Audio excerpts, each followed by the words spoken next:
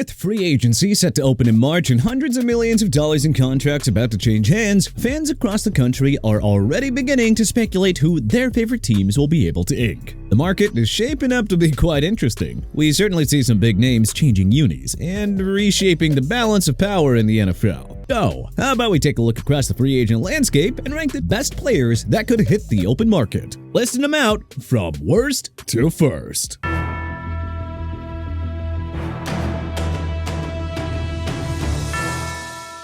For 21, Leo Chanel, LB, Kansas City Chiefs.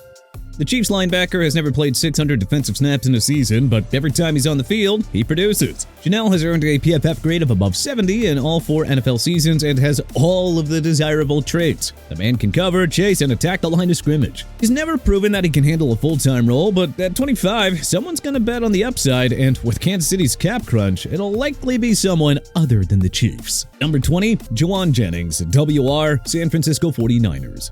John Lynch said the 49ers would love to re-sign Jennings, and I mean, yeah, why wouldn't they? The 28-year-old has been one of San Francisco's most consistent playmakers over the last 2 years, and his 18 contested catches in 2025 ranked top 4 in the NFL. Jennings isn't a burner. I mean, he's a possession receiver who wins at the catch point and moves the chains. But in a market thin on proven receivers, that consistency has some real value. Number 19, Nakobe Dean, LB, Philadelphia Eagles.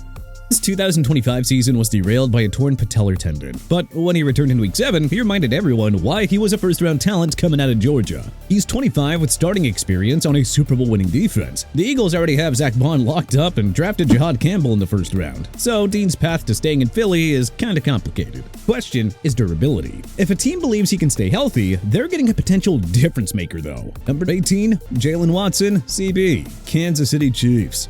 Watson posted a career-high 74.9 PFF grade in 2025 and has improved every single season since entering the league. He's only 27, limits mistakes with a 5.8 missed tackle rate, and has starting experience in big games. Kansas City's cap situation is brutal. They enter the offseason $57 million over. And Watson, well, he might be a casualty of that crunch. Number 17, Daniel Jones, QB, Indianapolis Colts. Here is a tough one to figure out. Jones opened 2025 looking like a different quarterback under Shane Steichen, posting strong numbers through his first 8 starts. Then he broke his leg. He tried to play through it, then tore his Achilles in Week 14, putting what was expected to be a generational wealth-building payday into question. His ceiling is a solid starter. His floor is what we saw in New York. The Achilles recovery timeline complicates everything here, but someone will take a swing. Number 16, Bobby Wagner, LB, Washington Commanders. He is 35 years old. He is supposed to be slowing down, but Bobby Wagner just keeps on churning. Plus, he just needs 60 more tackles to break Lewis's all-time record, so we expect him to continue playing. Wagner played this season on a 1-year, $9 million deal, and Washington's GM Adam Peters has talked about getting younger and faster on defense, which suggests that Wagner might be moving on. Well, whatever team signs him, they're getting a future Hall of Famer who refuses to age, and a tone setter in the locker room. Number 15, Brian Cook, safety, Kansas City Chiefs. Cook ranked 5th among all safeties in PFF grade last season. His 5.6% missed tackle rate was elite. This is his first trip to free agency, and he is hitting the market at the perfect time, coming off a career year at 26 years old. So yeah, expect multiple teams to come calling for a safety who can do it all, and is expected to make a big-time difference wherever he lands. Number 14, Malik Willis, QB, Green Bay Packers. The most fascinating quarterback on the market. Willis looked like a bust in every sense of the word with Tennessee, but in his limited action with Green Bay filling in for Jordan Love, he's completed 78.7% of his passes with 6 touchdowns and 0 interceptions. The Packers coaching staff unlocked something Tennessee never could. Matt LaFleur simplified the reads. He emphasized Willis's mobility, and he watched him flourish. Projections have him landing a deal similar to Justin Fields' 2-year, $40 million contract. Maybe even more. Number 13, Travis Etienne Jr., RB, Jacksonville Jaguars. Etienne bounced back from a disappointing 2024 with 46 missed tackles forced and 28 explosive runs of 10-plus yards. Jacksonville is over the cap. They cannot afford everyone. And at 27, Etienne still has juice. He just needs a better situation. The Chiefs could be a fascinating landing spot, as they've been desperate to retool their backfield for years now. Number 12, Rico Dowdle, RB, Carolina Panthers. Waddle rushed for 1,076 yards with the Panthers after proving himself in Dallas, and now he is expected to really cash in. He's not a game breaker. He's a reliable, physical runner who averaged over 3.0 yards after contact per carry. For a team with a solid offensive line looking for a steady hand, Waddle makes a lot of sense. Number 11, Boye Mafe, Edge, Seattle Seahawks. Seattle just won the Super Bowl, and now they have to figure out how to keep everyone. Mafe has racked up 146 pressures over the past 3 seasons. He is a consistent edge presence who helped anchor a championship defense. The Patriots had trade interest before the deadline, so maybe expect them to pursue him in free agency. Someone is going to pay him legit starter money. The only question is whether Seattle can and wants to match. Number 10, Alec Pierce, WR, Indianapolis Colts. Pierce led the NFL in average depth of a target at 20.0 yards per and yards per reception at 21.3 in 2025, making him one of the most tried and true downfield targets in the game today. He is a true deep threat who just put together a 1,000-yard season at 25 years old, and that was with all the chaos that ensued after Daniel Jones got injured. In a receiver market desperate for vertical threats, Pierce would command $20+ million per year. So expect a team looking for a guy to stretch the field to get hot and heavy with the young receiver. Number 9, Rasheed Walker, tackle, Green Bay Packers.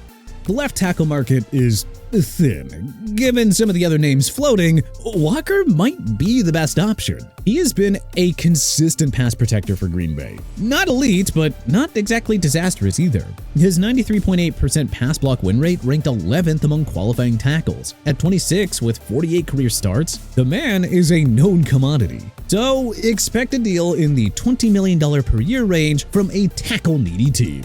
Number 8, Mike Evans, WR, Tampa Bay Buccaneers. The 1,000-yard streak finally ended as injuries derailed his 2025 campaign and the Bucs season as a whole. But Evans is only 1 year removed from a 90.2 PFF receiving grade, and he's been one of the most productive wideouts in the game since he entered the league. At 32, he is still capable of dominating for a contender willing to bet on a short-term deal. So people expect Tampa to try and keep him, but if he's grown tired of the current regime, then who knows? Maybe a Super Bowl hopeful swoops in and takes him from the only NFL team that he's ever known. Number 7, Odafe Owe, Edge, Los Angeles Chargers. The midseason trade from Baltimore to Los Angeles changed everything. Owe recorded 3 sacks and 2 forced fumbles in the Chargers' playoff loss to New England and ranked 11th among edge defenders in pass rush win rate after arriving in LA. He is 26 and finally playing up to his first-round pedigree. Someone is going to pay him like a premier pass rusher, or at least a guy that can turn into one. Number 6, Kenneth Walker III, RB, Seattle Seahawks.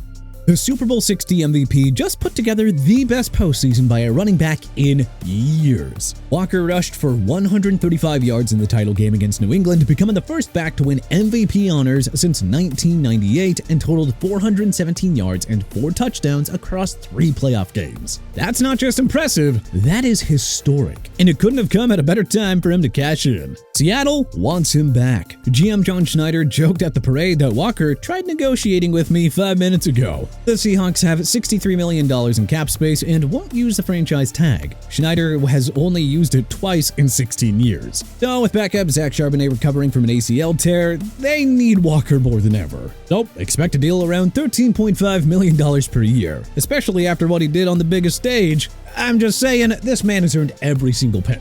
Number 5, Jamel Dean, CB, Tampa Bay Buccaneers. Dean allowed a 46.9 passer rating when targeted in 2025, the best mark in the entire NFL. Ranked 4th among all cornerbacks in PFF grades and has never posted a coverage grade below 70 in 7 years. At 29, he is in his prime. Tampa has to decide now if they can afford to keep their shutdown corner, especially with the Rams and Lions breathing heavy over their shoulder trying to add depth to their defensive backfields. Number 4, Devin Bush, LB, Cleveland Browns. Hey, remember when Bush was a bust in Pittsburgh? Well, Cleveland gave him a second chance, and he responded with an 87.6 PFF grade, 4th among all linebackers. He picked off 3 passes, including 2 pick sixes, and became the anchor of the Browns' defense. Bush is only 27 and just proved that he can still play at an elite level in the right system. Someone is going to pay him like a starting linebacker, and this time, he's actually earned it. Number 3, Devin Lloyd, LB, Jacksonville Jaguars.